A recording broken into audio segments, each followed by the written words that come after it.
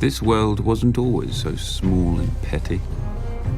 Thousands of years ago, while the rest of men prayed to gods, the Valyrians became them. Through magic or sheer will, they mastered the greatest creatures in history.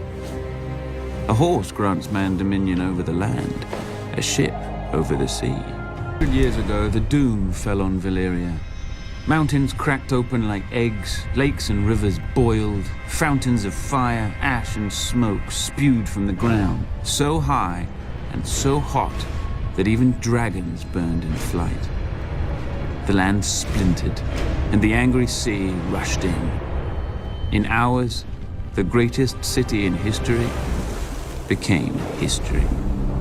But my ancestors didn't burn or drown with the rest of their race. 12 years before the doom, despite the sneers of his rivals, Aenar Targaryen abandoned the capital with his family. Legends claim that his daughter foresaw the destruction of the city in a dream. More likely, Aenar met with some mishap at court and chose exile over execution. He and House Targaryen slinked away to a dreary, remote, god-forsaken island. Forsaken no longer. With arts now lost to the world, we transformed a tiny outpost into Dragonstone, a fortress fit for the last dragon lords. Then Aenar's descendants settled into it like a tomb for their lost homeland. Until Aegon. When he looked east, he saw the past, old, tired, dead. But when he looked west, he saw the future. Gold in the ground, gold in the fields, and no dragons in the sky but his. He and his sisters, Rhaenys and Visenya, flew over the great continent, ostensibly visitors to a strange land. But when Aegon returned, he ordered construction of a massive table carved in the shape of Westeros, with all the notable rivers and mountains that they had seen. A personal map of the Seven Kingdoms, then ruled by 7 squabbling families. House Durrandon held the Stormlands from those who didn't know what greatness was. Aegon would teach them.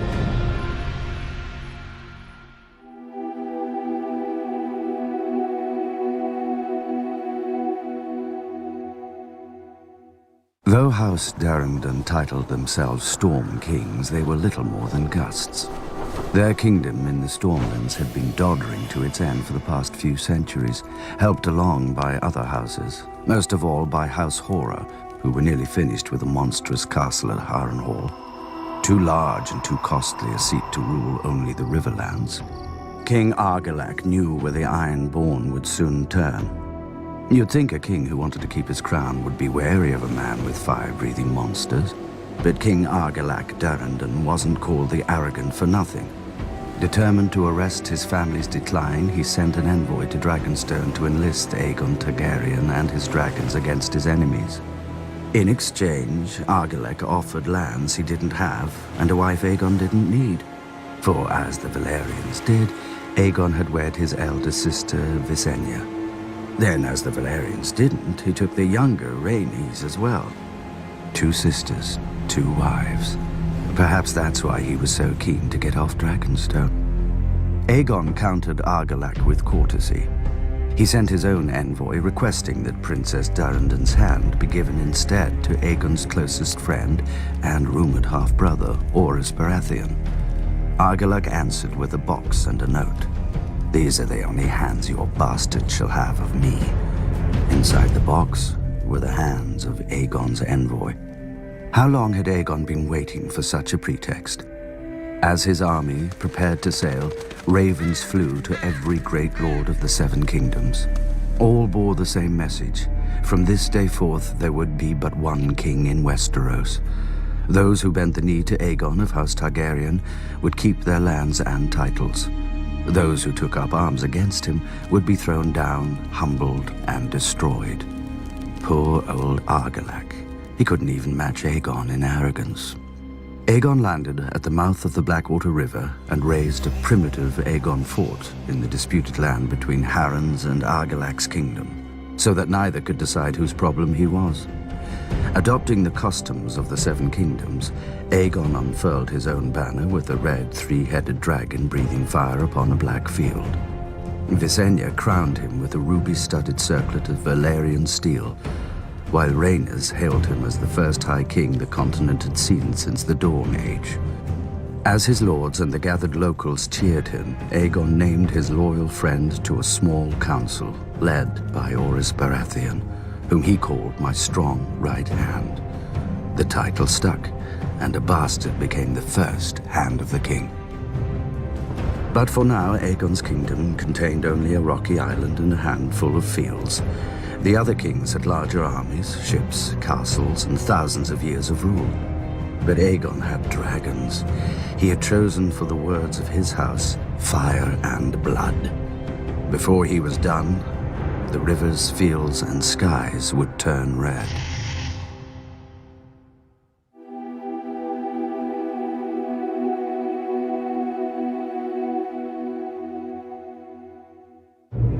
Harren of House Hoare inherited a kingdom that stretched from the Iron Islands to the Triton. Too great a kingdom to rule from a castle as shitty as Pike. For 40 years, his Ironborn plundered the riverlands for stone, timber, and slaves to build a seat worthy of him. Legend has it that masons laid the final stone in Harrenhal on the very day that Aegon landed in Westeros. Could have been a divine omen. Could have been the masons wanted to fuck off before the dragons got there. They weren't the only ones. At Aegon's approach, Harren's river lords revolted, led by House Tully. I thought Harren noticed. Harrenhal could repel an army of 1,000,000 men. No ladder could summit its walls, and no ram could shatter them. The castle was as impregnable as an old mate's cunt. Harren shut his gates around himself, his sons and his Ironborn, and waited for Aegon's army to drain back into the muck. When Aegon finally saw the monstrous castle, he asked for parley. Harren granted it. Valyria had been the greatest empire the world had ever seen. Harren wanted to piss on its ashes. Yield now, and you may remain as Lord of the Iron Islands. Yield now, and your sons will live to rule after you.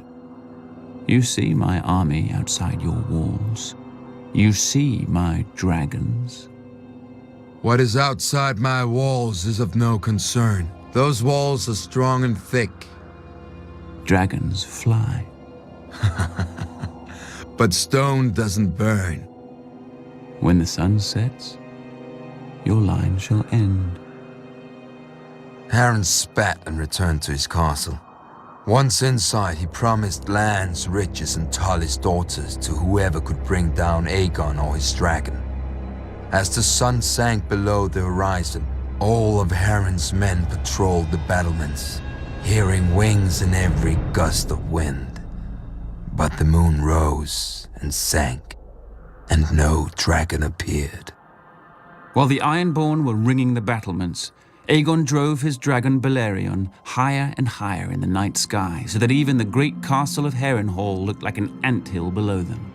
Then they plunged straight into the castle, well inside the guarded walls. The 5 towers of Harrenhal reached towards Aegon like a hand. Balerion opened his mouth and bathed all the fingers in flame. Harren was right. Stone doesn't burn, but men do, even when they're Ironborn. The dragon blasted my ancestors into ash that choked the survivors when they screamed. Harren's soldiers leapt from the battlements and died.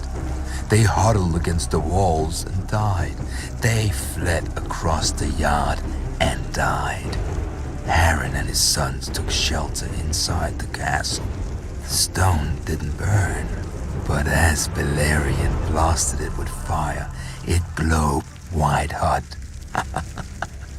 The world's greatest castle became the world's greatest oven, baking the last of House Horror within it. Outside the castle walls, the towers of Harrenhal glowed red against the night and began to twist and melt like 5 huge candles, with liquid stone trickling down their sides like wax. The next morning, Aegon forged a new Riverlands.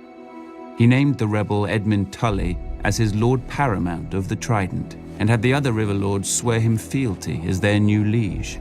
For centuries, House Horror had terrorized the Riverlands. Under House Tully, the Riverlands would at last return to peace and prosperity. After the castle cooled enough to allow men inside, Aegon ventured into the ruin he'd made of Harrenhal. He saw the ashen bodies, the scorched stone, and the mangled and melted swords of his former enemies. To his men's confusion, he ordered these useless swords collected and sent to his Aegon fort.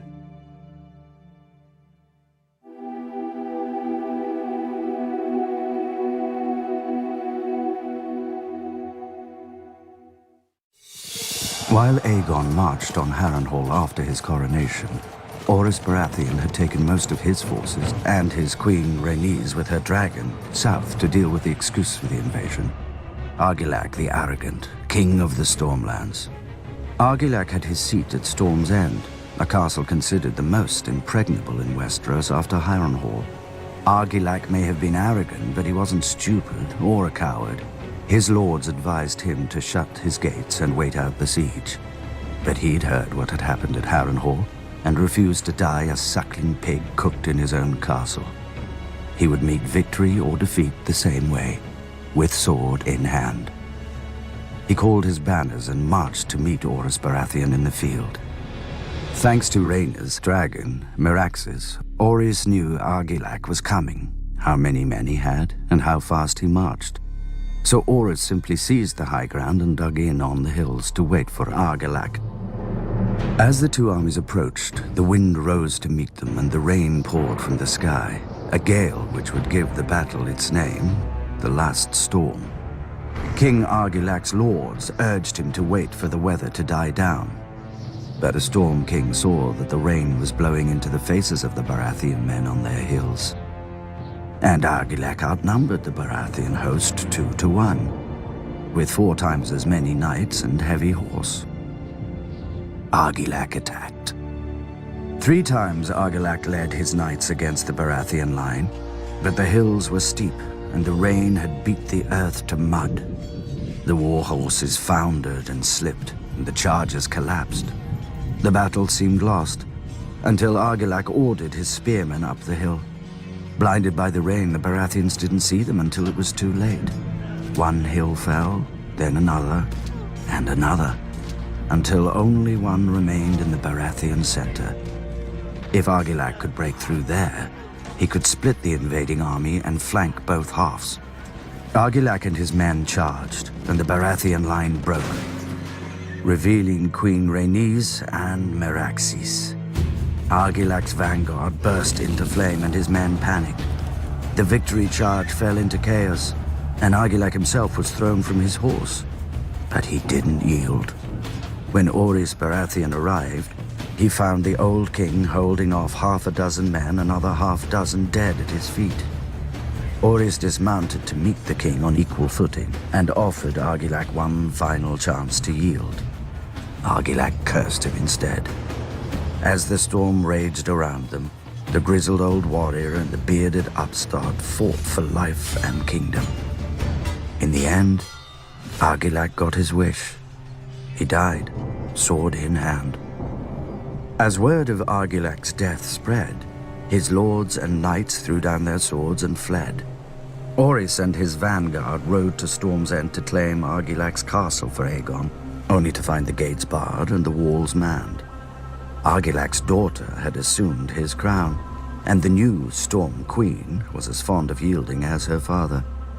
She declared that Orys would win only bones, blood, and ashes here. But her men were weaker than her, and that night Orys found Argilac's daughter delivered, gagged, chained, and naked to his camp. Argilac had refused to give Orys her hand, Now Orys could have any part of her he wished. But Orys unchained the girl, wrapped his cloak around her, and poured her a glass of wine. He told her he would take the arms, banner, and words of House Darrington to honor her father's courage in the last storm. Conveniently, Orys had none of his own to discard first. The crowned stag became the sigil of House Baratheon, and Storm's End their seat. Argilac's daughter would even remain in her home, though as a lady instead of a princess. The Stormlands were now Aegon's, and as tribute, Aegon demanded the swords of the men Orys had defeated. For what purpose, Orys didn't know.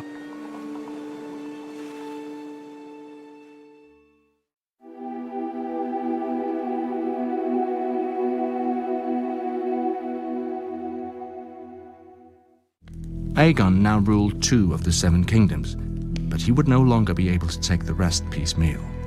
For the first time in thousands of years, the kings put aside their squabbles and joined forces against a common enemy. My ancestor, King Loren of House Lannister, was head of the wealthiest family in the 7 kingdoms. When King Loren joined his forces to Mern of House Gardner, king of the Reach, they had the mightiest army in history, a so-called Iron Fist, to break the would-be conqueror. But while an iron fist can smash a man's face in battle, you'd look silly hunting birds or beasts with it. And Aegon had a creature that was both. The kings had never even seen a dragon, let alone fought one. They had fought each other for thousands of years, and victory always went to the larger army. Surely, a force 5 times that of Aegon's could manage 1 dragon. But Aegon arrived with 3. Still, the Lannisters and Gardeners hoped for victory.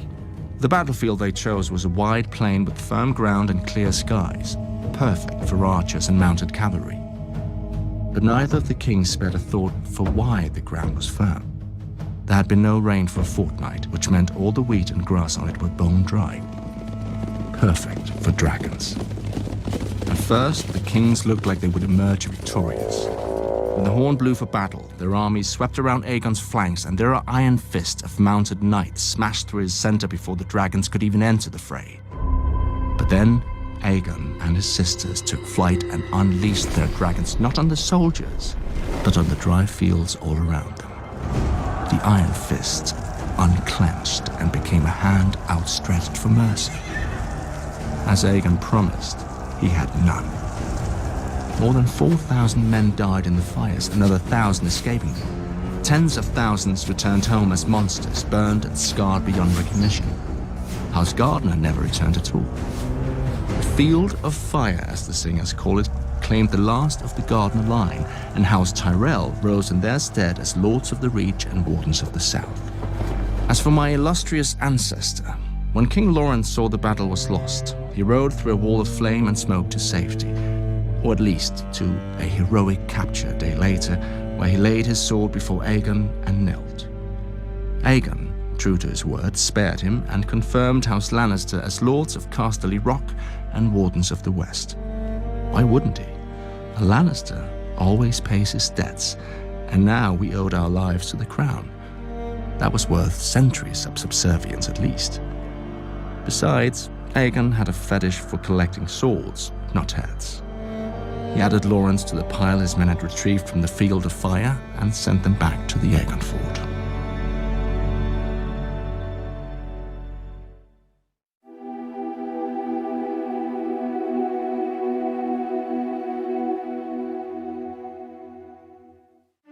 With most of the south in Aegon's hands, the best chance to throw back the conqueror now lay with the north, if we cared enough to try. Unlike our southern rivals, the Stark Kings of Winter didn't forge the north into one kingdom for glory or gold. There is little of either here, but to survive. Alone in Westeros, the north remembered when worse than dragons lay waste to armies. Thousands of years ago, the sun set on the realms of men and the long night began. A new race emerged from the ice and snow, the White Walkers. They demanded no crown, offered no terms, spared no life, and the dead marched with them. With humanity facing extinction, a Stark sought out the children of the forest, the most ancient beings in Westeros. and convinced them to ally with the men they'd once fought. Together, the two races pushed the walkers back into the land of always winter and sealed it off from the Seven Kingdoms with the wall.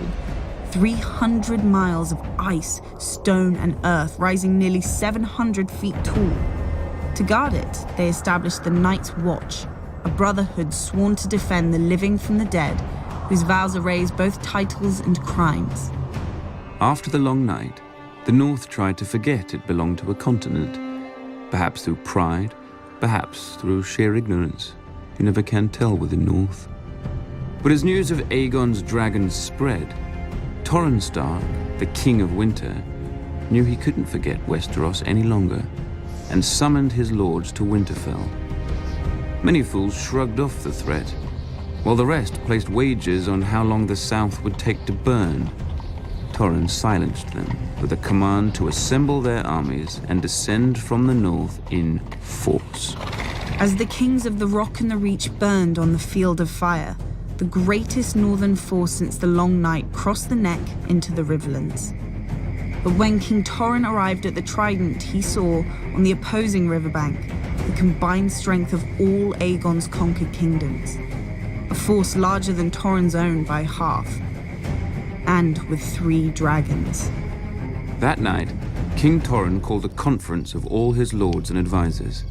Some wanted to fight and trust northern valor to carry the day and burn on the Trident.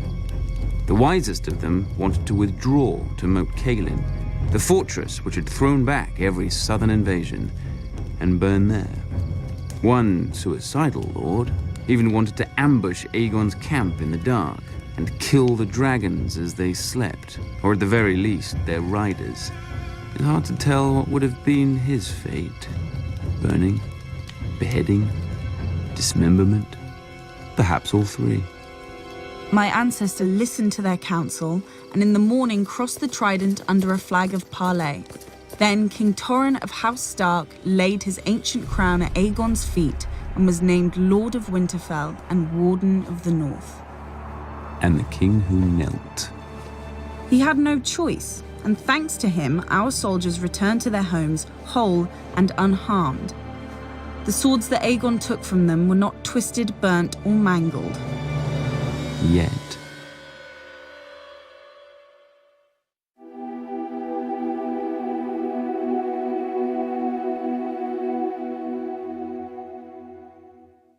The Vale of Arryn was the last of the great kingdoms left. Old and proud, House Arryn did what they always did in times of strife. They shut the bloody gate, sealing off the Vale. Then the Queen Regent Shara of House Arryn retreated with her son, the boy King Ronald, into the Eyrie, their family's impregnable fortress. From the top of their mountain they could look down on Westeros far below, its problems hidden beneath the clouds. But one day Queen Shara entered the outer courtyard to find her young son sitting on the knee of Visenya Targaryen and ogling her dragon Vhagar beside her. Just as he'd asked for another cake at dinner, little King Ronald asked his mother if he could go flying on the nice lady's dragon. Visenya smiled at Shara. So, Shara imagined, did Vhagar. Remembering her manners, Shara asked if she could have Visenya brought some wine or food. She must be tired after such a long flight. But Visenya demurred.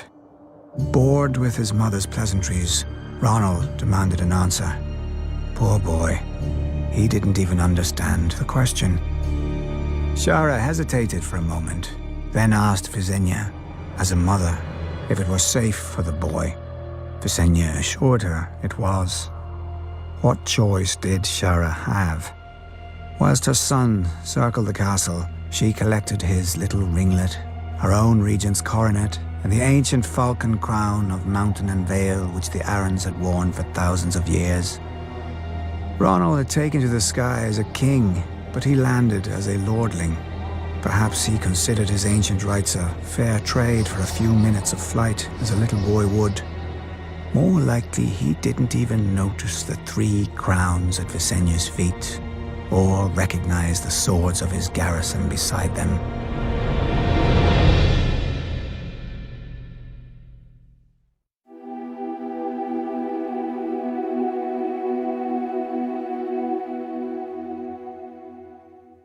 The heads of Westeros had bowed to Aegon, but its heart still beat free. Old Town, the center of the faith of the Seven. There dwelt the High Septon, the father of the faithful, who commanded the obedience of all Westeros, save the savages of the north and their old gods. When Aegon had landed in Westeros, the High Septon had locked himself in the Starry Sept and fasted for 7 days and 7 nights, one for each of his gods. All he received for his trouble was the divine wisdom that if Old Town took up arms against the dragon, the city would burn, faithful and faithless alike. After the submission of House Stark, Aegon marched towards Old Town, steeling himself for another battle. But he found the gates open, with the High Septon welcoming him. The pious fool even had the arrogance to grant what Aegon had already won, and anointed the last Valyrian as Aegon of House Targaryen, first of his name, King of the Andals and the First Men, Lord of the Seven Kingdoms, and Protector of the Realm. As if titles meant anything to a man before whom time itself now bowed. The Maesters would hence divide all history into before and after conquest. Most expected Aegon to stay and make Old Town his seat. But soon after his coronation, Aegon returned to the mouth of the Blackwater River, where he had first set foot on Westeros. A small town had since sprouted around his primitive fort. To honor their new master, the locals dubbed it King's Landing, though it looked more fit for a hedge knight, with wooden palisades, muddy streets, and piles of mangled swords carted in from every corner of the conquest. But when Aegon made it his court, wood became stone, black mud was buried beneath a red keep, and the collected swords of Aegon's foes were blasted by dragonfire and became a seat fit for the conqueror and the greatest dynasty this world has ever known. House Targaryen, my family, my throne. Or so it should have been.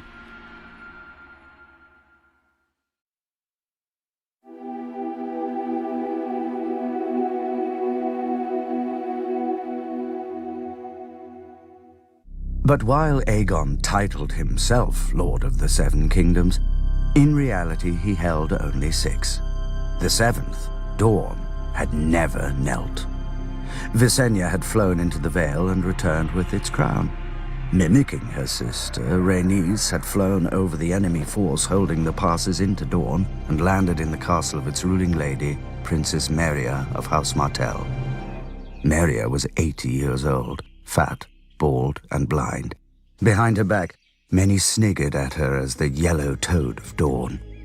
The beautiful Rhaenys probably thought as much when they met.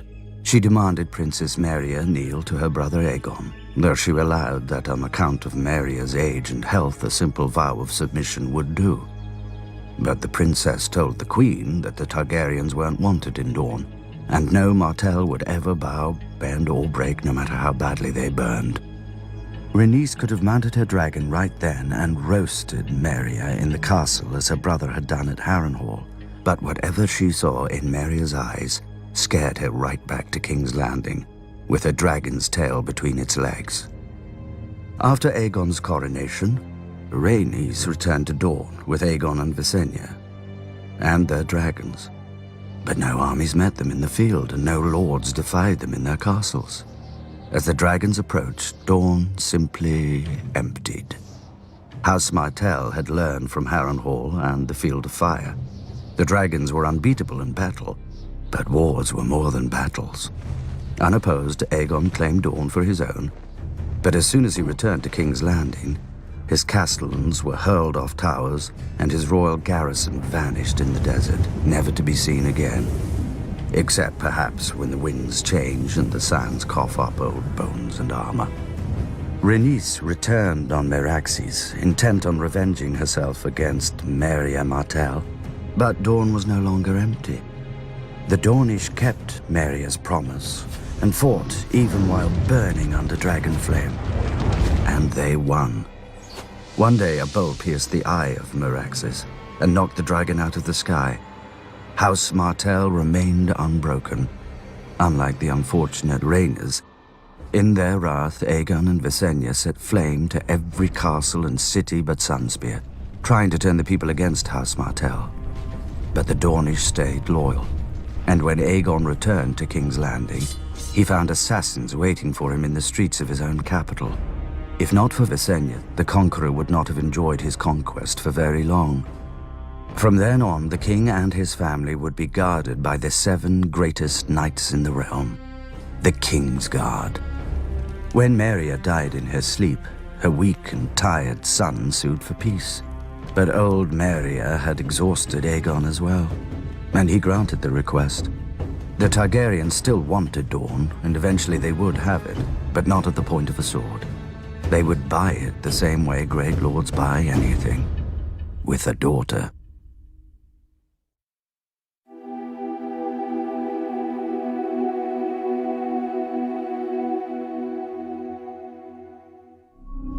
After the conquest, when men looked up, they saw dragons. Nobles learned to keep their eyes down, but the gods weren't used to sharing the heavens. When Aegon died, the High Septon led the Faith and its army in revolt, claiming that the Valyrian tradition of wedding brother to sister was an abomination in the eyes of the Seven, though no one could explain where the divine mother and father had come from. My ancestor Maegor the Wise, or Maegor the Cruel as men slander him, put a bounty on the head of every militant priest, and miraculously, the faith soon returned to the sects. With Dorne in the fold and the faith put in its place, none in Westeros were left to oppose my family, so we started opposing each other. In the Dance of Dragons, a Targaryen princess tried to steal her brother's throne. Thanks to her stupidity, most of our dragons died, though one, thankfully, ate her before it did. But even without our dragons, we were still the blood of old Valyria, which proved just as dangerous. One of my foolish ancestors didn't see what separated his bastards from our family proper and legitimized them all on his deathbed.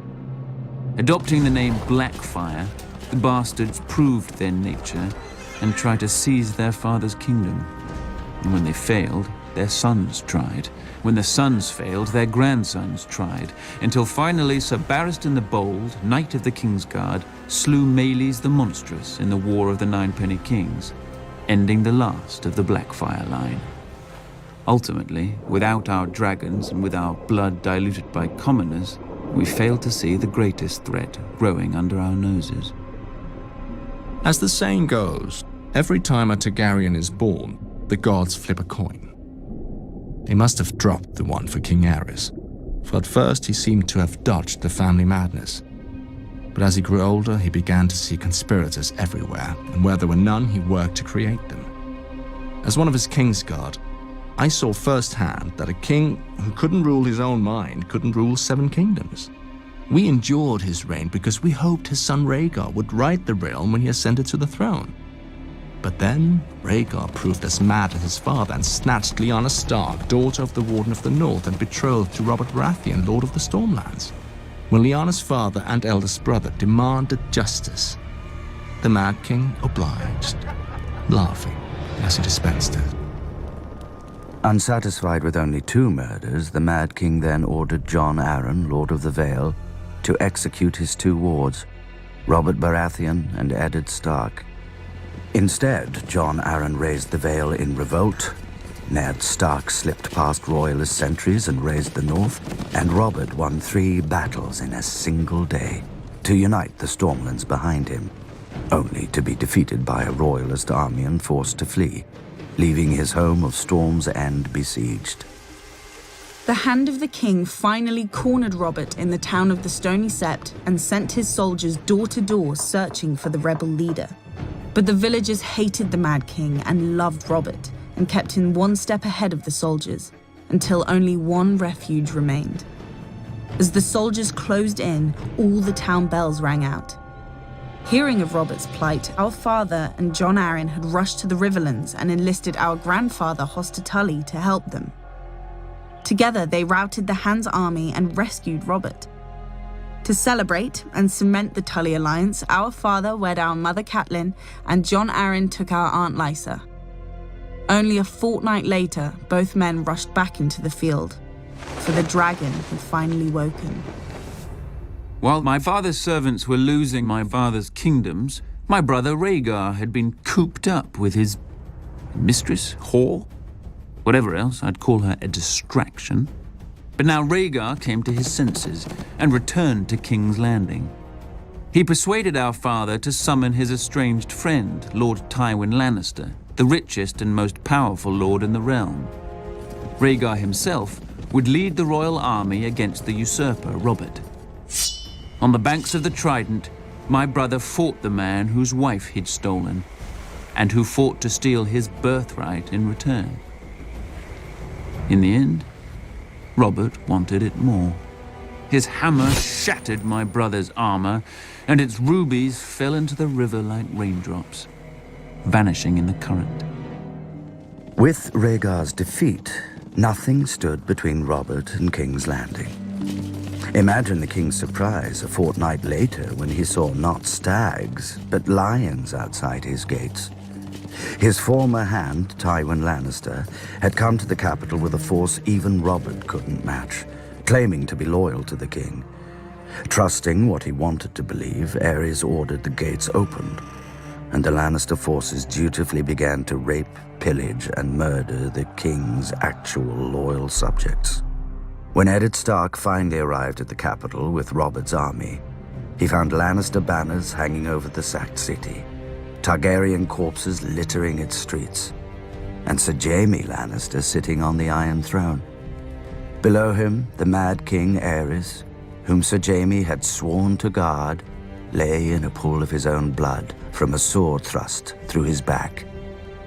Lord Eddard might have thanked Sir Jaime for doing the realm a favor, but honorable as he was, Lord Eddard condemned Sir Jaime as a kingslayer, a name he would never escape. Unlike Lord Eddard, Robert appreciated my contribution to his glorious victory. He pardoned me for my crime and even kept me on his Kingsguard beside Sir Barristan Selmy, who'd been wounded at the Trident fighting for Rhaegar. True, both of us had failed to protect our Targaryen charges, but perhaps that's what Robert liked most about us. When my father presented Robert with the bodies of Rhaegar's wife and 2 children, Ned Stark hiked up his skirts and demanded Robert send their killer to Dorne and me to the Wall. But I saw what Ned couldn't.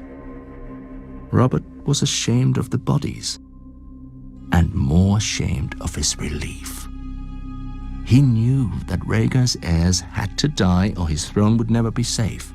But glorious heroes didn't kill children. They simply didn't punish their murderers.